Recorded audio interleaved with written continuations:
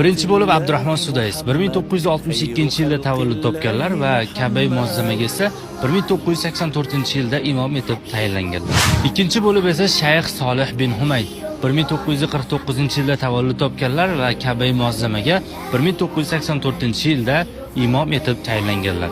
Uchinchi bo'lib esa Shayx Usoma Hayat 1956-yilda tavallud topganlar va Ka'ba muazzamaga 1997-yilda imom etib tayinlanganlar. To'rtinchi bo'lib esa Shayx Faysal G'azaviy 1966-yilda tavallud topganlar va 2007-yilda Ka'baga imom etib tayinlanganlar. Beshinchi bo'lib esa Shayx Abdulloh Juhayniy 1976-yilda tavallud topganlar va Ka'ba muazzamaga 2007-yilda imom bo'lib tayinlanganlar.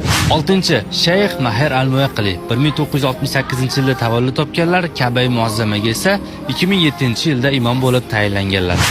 Yettinchi bo'lib Shayx Bandar Balila 1975-yilda tavallud topganlar va Ka'ba muazzamaga 2013-yilda imom bo'lib tayinlanganlar.